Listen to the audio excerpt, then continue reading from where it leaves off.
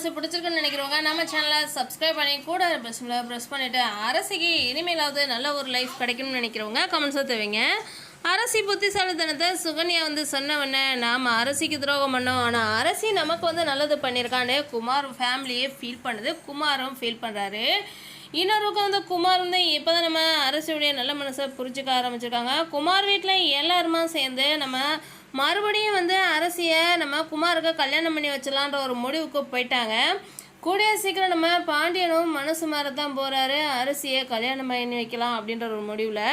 இன்னொரு பக்கம் இந்த வீட்டில் எல்லாரும் சந்தோஷமாக இருக்காங்க. இவங்க சந்தோஷத்தை எல்லாத்தையும் கெடுக்கணும், அந்த வீட்லேயும் யாரும் நிம்மதியாக இருக்கக்கூடாதுன்னு இந்த சுகன்யா அடுத்தடுத்த திட்டத்தை போடுறாங்க.